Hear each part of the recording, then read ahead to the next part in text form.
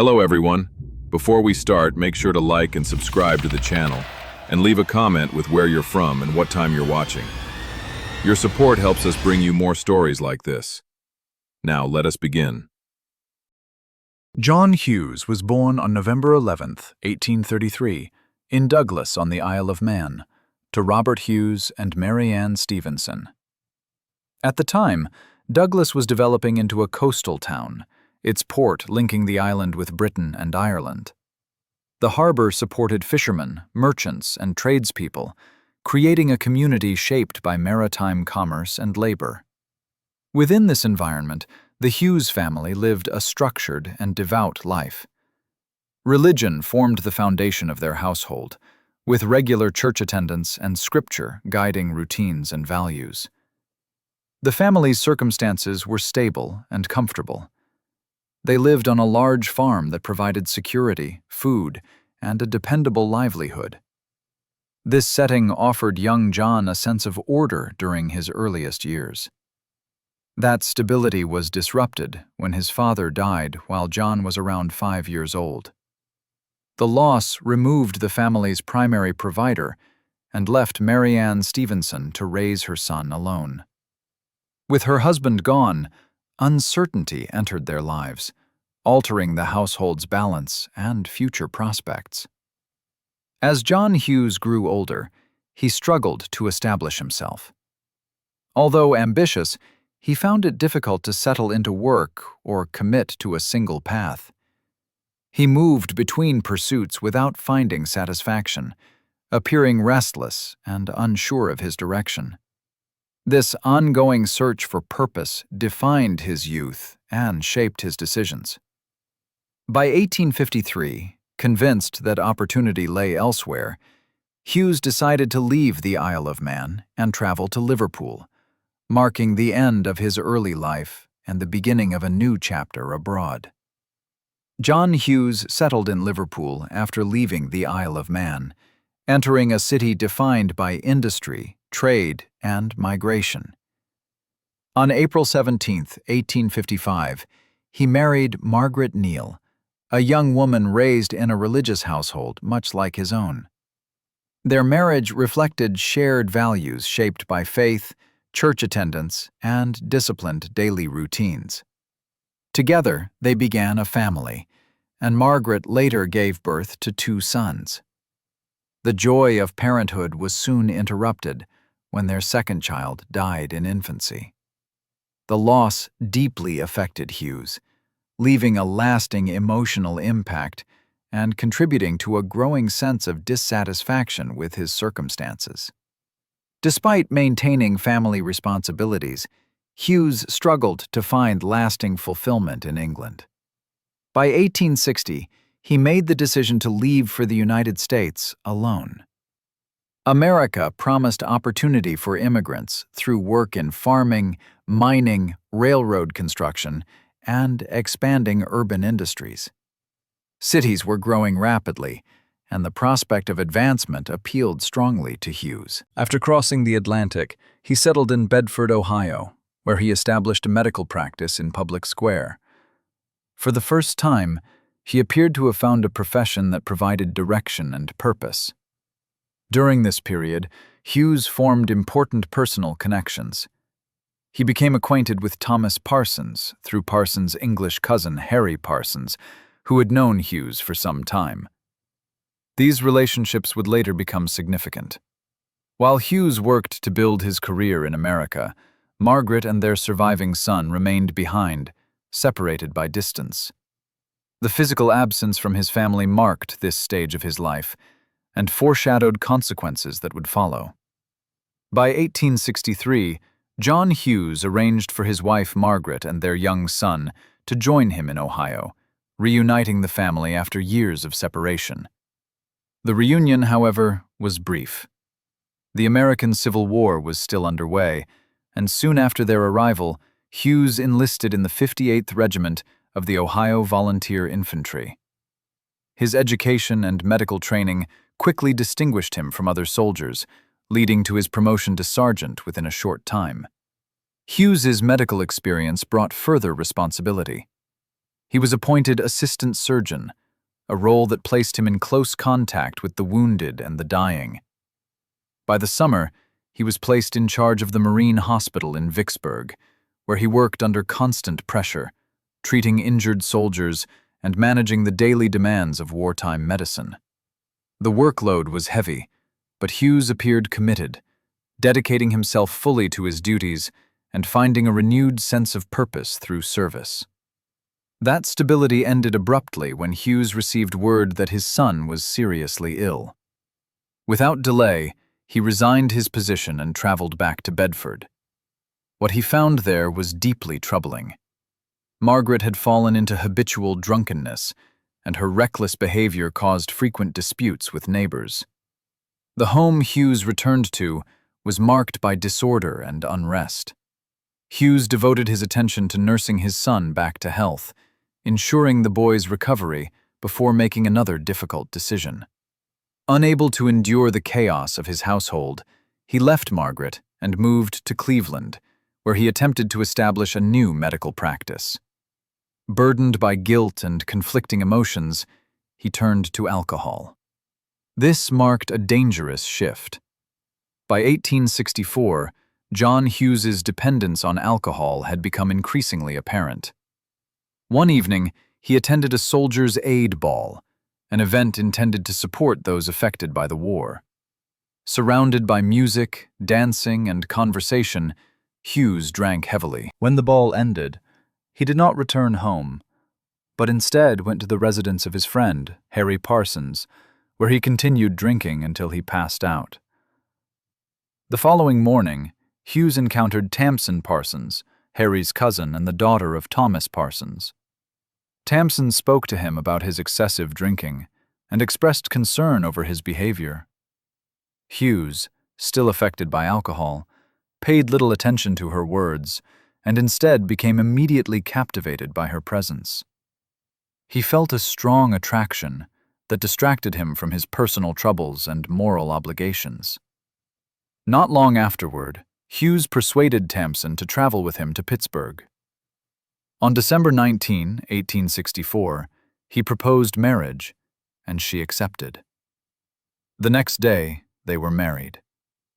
To secure the union, Hughes presented a document to the judge stating that he was divorced. This document was forged. In reality, Hughes was still legally married to Margaret Neal, and he deliberately misrepresented his marital status. News of the marriage soon reached the Parsons family.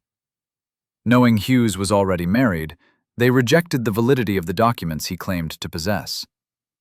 Tamson's brother-in-law, Joseph Haynes, was sent to locate the couple. With assistance from law enforcement, he found them at the St. Clair Hotel, where John Hughes was arrested and charged with bigamy. The arrest marked a decisive collapse of his public standing and ended the brief marriage, drawing legal attention and setting unavoidable consequences into motion for all involved parties thereafter. The bigamy case against John Hughes quickly became a public spectacle in Cleveland and Bedford, attracting widespread attention. During the trial, witnesses testified about his marriage to Margaret Neal, his subsequent union with Tamson Parsons, and the false documents he presented to the court. Evidence showed that Hughes knowingly deceived the judge and his bride, leaving little doubt regarding his intent.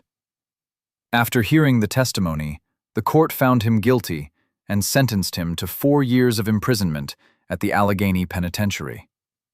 The conviction carried consequences beyond the sentence itself.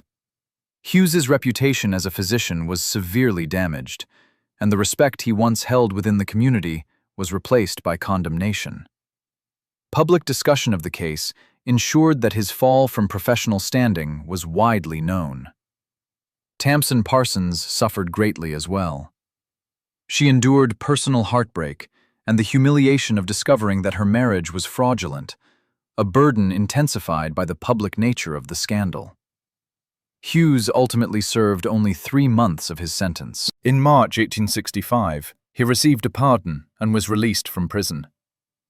He returned to Cleveland and attempted to resume his medical practice, though financial hardship forced him into modest living arrangements.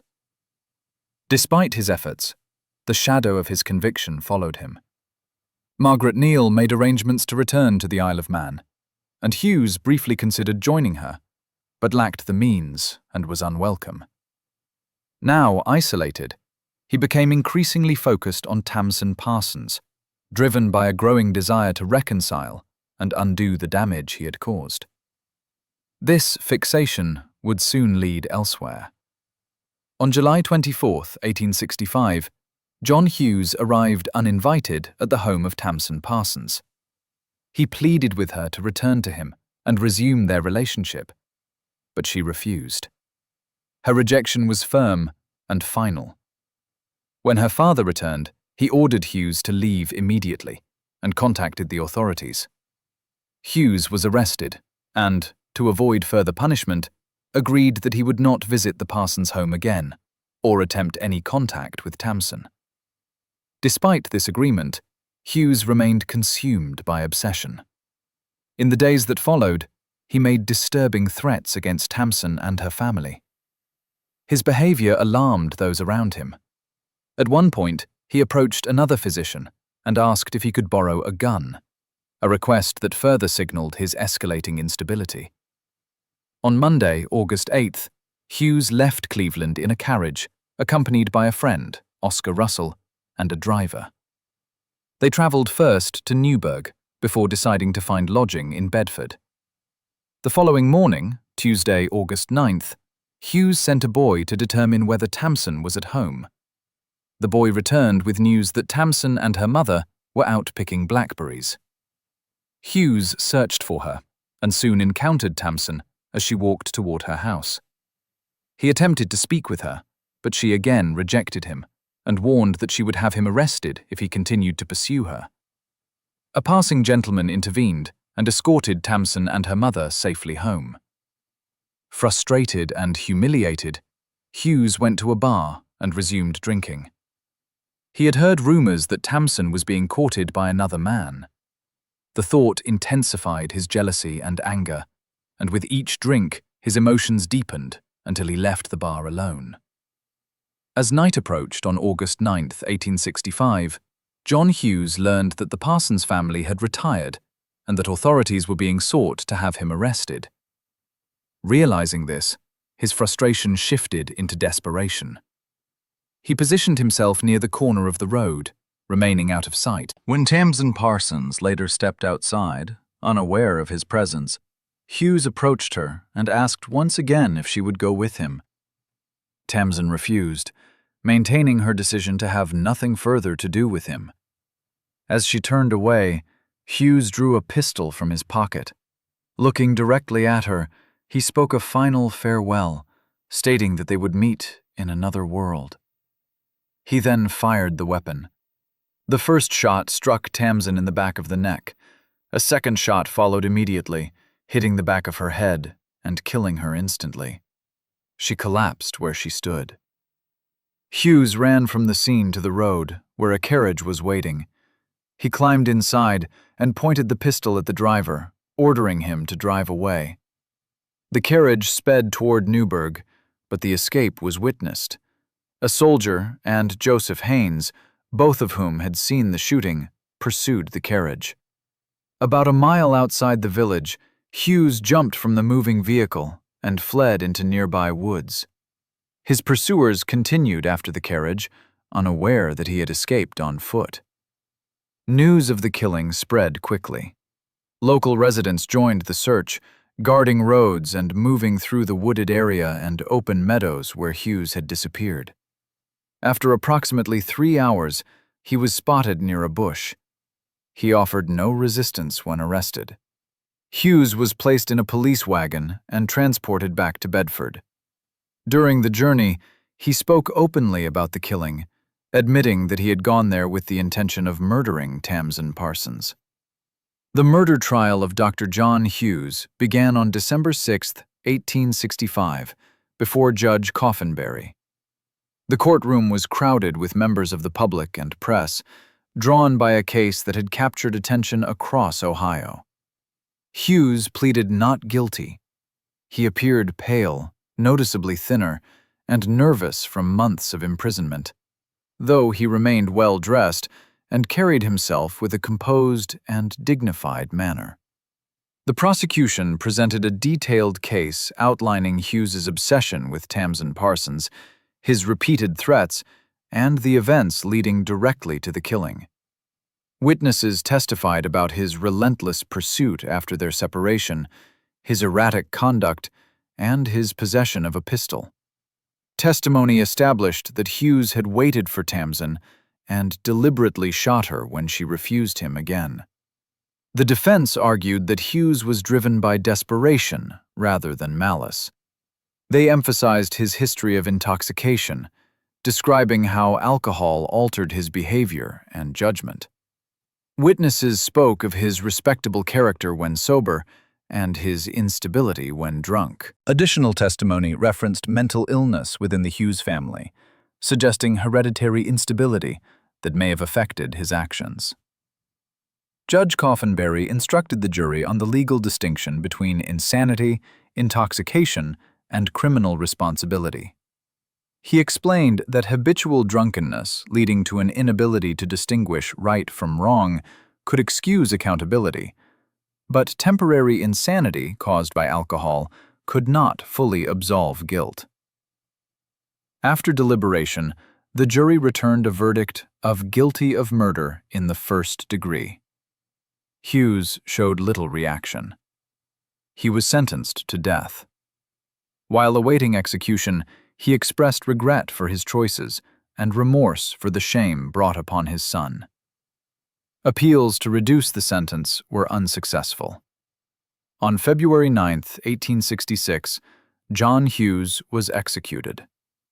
Before his death, he addressed those present, reflected on his life, and warned of alcohol's destructive power, hoping his fate would serve as a lesson to others.